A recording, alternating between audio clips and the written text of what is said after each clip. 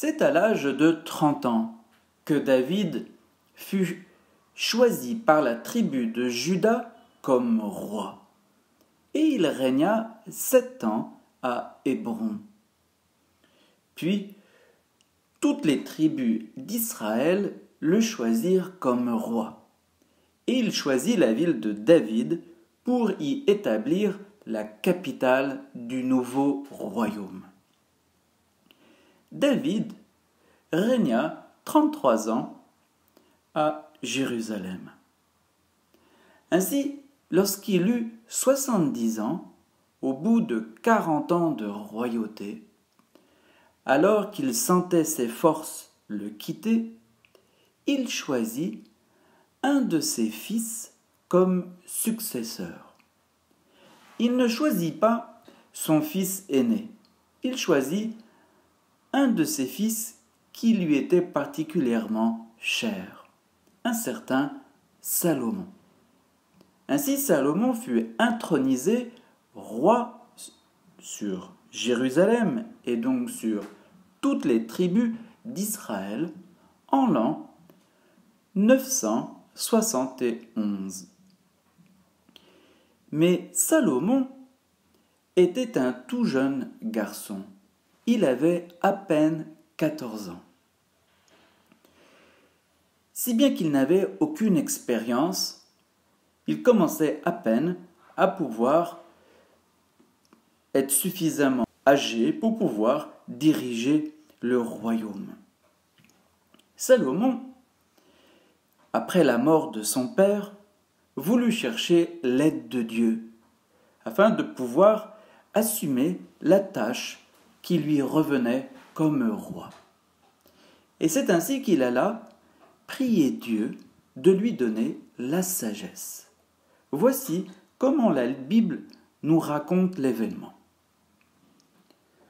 Le roi Salomon se rendit à Gabaon, qui était alors le lieu sacré le plus important, pour y offrir un sacrifice. Il immola sur l'autel 1 millier de bêtes en holocauste. À Gabaon, pendant la nuit, le Seigneur lui apparut en songe. Dieu lui dit : « Demande ce que je dois te donner. » Salomon répondit : « Tu as traité ton serviteur David, mon père, avec une grande fidélité. Lui qui a marché en ta présence dans la loyauté, la justice et la droiture de cœur envers toi. Tu lui as gardé cette grande fidélité, tu lui as donné un fils qui est assis maintenant sur son trône. Ainsi donc, Seigneur, mon Dieu, c'est toi qui m'as fait roi, moi ton serviteur, à la place de David, mon père. Or je suis un tout jeune homme, ne sachant comment se comporter. Et me voilà au milieu du peuple que tu as élu. C'est un peuple nombreux, si nombreux qu'on ne peut ni l'évaluer ni le compter. Donne à ton serviteur un cœur attentif, pour qu'il sache gouverner ton peuple et discerner le bien et le mal. Sans cela, comment gouverner ton peuple qui est si important ? Cette demande de Salomon plut au Seigneur. Il lui dit : « Puisque c'est cela que tu as demandé, et non pas de longs jours, ni la richesse, ni la mort de tes ennemis, mais puisque tu as demandé le discernement, l'art d'être attentif et de gouverner, je fais ce que tu as demandé. Je te donne un cœur intelligent et sage, tel que personne n'en a eu avant toi, et que personne n'en aura après toi. De plus, je te donne même ce que tu n'as pas demandé, la richesse et la gloire, si bien que pendant toute ta vie, tu n'auras pas d'égal parmi les rois. Et si tu suis mes chemins, en gardant mes décrets et mes commandements, comme l'a fait David ton père, je t'accorderai de longs jours, Salomon s'éveilla. Il avait fait un songe. Il rentra à Jérusalem et se présenta devant l'arche de l'alliance du Seigneur. Il offrit des holocaustes et des sacrifices de paix et donna un festin à tous ses serviteurs. À l'époque de David, la tente du rendez-vous, construite par Moïse, se trouvait à Gabaon. On y trouvait une grande esplanade qui pouvait rassembler un peuple nombreux. Il y avait le grand autel sur lequel on offrait les sacrifices. Il y avait l'autel, bien sûr, pour l'encens. Il y avait sans doute tous les ustensiles nécessaires pour offrir à Dieu des offrandes. Mais à Gabaon, il n'y avait plus l'arche d'alliance, parce que David l'avait ramenée à Jérusalem. À cause d'un épisode malheureux où les ennemis des Israélites, les Philistins, avaient un temps,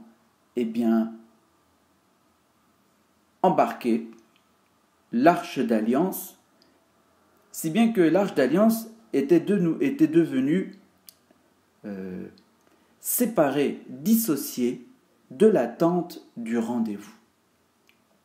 Lorsque les Israélites ont récupéré l'arche d'alliance, ils ne l'ont pas remise dans la tente du rendez-vous, parce que le lieu où se trouvait cette tente lui-même avait été saccagé. Si bien qu'à l'époque de David, donc, l'arche d'alliance était à Jérusalem, à côté du palais de David. En revanche, la tente du rendez-vous était sur une grande esplanade, pas éloignée beaucoup de Jérusalem, qui s'appelait Gabaon. Lorsque donc Salomon devint définitivement roi et que David avait rendu l'âme, il voulut remercier Dieu du don de la royauté et il voulut surtout lui demander conseil et obtenir de lui le don de sagesse. C'est pourquoi Salomon est allé se prosterner et offrir des sacrifices, non pas seulement devant l'arche d'alliance à Jérusalem, mais dans la tente du rendez-vous à Gabaon, là où se trouvait le grand autel des holocaustes, c'est-à-dire un grand autel sur lequel on brûlait les offrandes animales.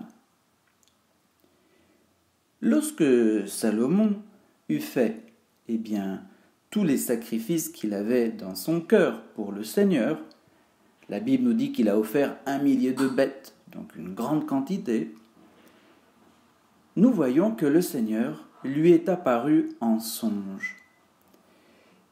Et Salomon va faire donc une expérience fondamentale. Toute sa vie va être marquée par cette expérience. Dieu va lui dire qu'il a agréé sa prière, qu'il va lui offrir la sagesse, parce qu'il n'avait pas demandé des richesses matérielles, ni la gloire humaine. Mais, puisqu'il avait demandé la sagesse, il aura aussi la richesse matérielle et la gloire humaine. Ainsi, Salomon, effectivement, sera doué d'une intelligence exceptionnelle. Il pourra gouverner le peuple d'Israël avec une grande sagesse. Il n'aura pas besoin de faire la guerre pour être plus fort que les autres. Il lui suffira de faire du commerce et de la bonne diplomatie avec tous les pays d'alentour, avec l'Égypte, avec la Syrie, avec Édom, avec les Hittites, avec les Phéniciens, les Sidoniens et les Tyriens, les Libanais.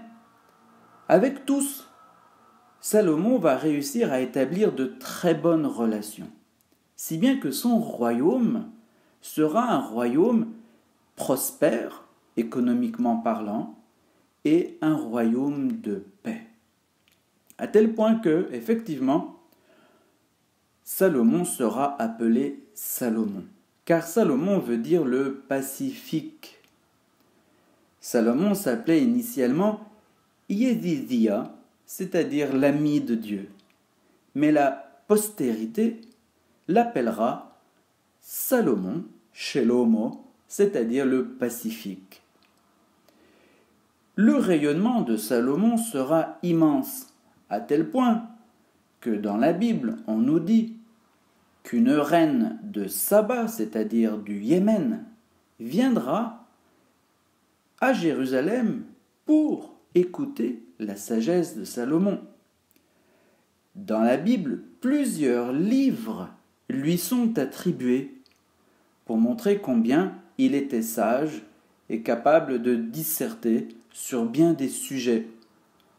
La Bible n'a pour l'instant retenu que des proverbes et des poèmes, mais on peut imaginer qu'il y avait bien sûr d'autres sujets sur lesquels Salomon s'était exprimé. Salomon sera donc un roi unique en son genre. Par la sagesse qui était la sienne, il réussira à faire d'Israël une royauté importante en face de tous les autres rois de la région et à son époque. Salomon réussira aussi à embellir et à agrandir Jérusalem et y bâtir le fameux temple qui sera désormais le centre du culte d'Israël. On sait que Salomon, à la fin de sa vie, lui aussi fera des erreurs. Mais pour l'instant, c'est l'expérience de sa jeunesse qui nous intéresse. C'est sa rencontre avec Dieu et la parole qu'il a reçue. Dieu lui dit, « Si tu cherches la sagesse avant toute chose, alors, eh bien, aussi, tu recevras le reste. » Le Seigneur lui-même, Jésus, nous a adressé la même leçon. Il nous a dit, cherchez d'abord le règne de Dieu et tout le reste vous sera ajouté.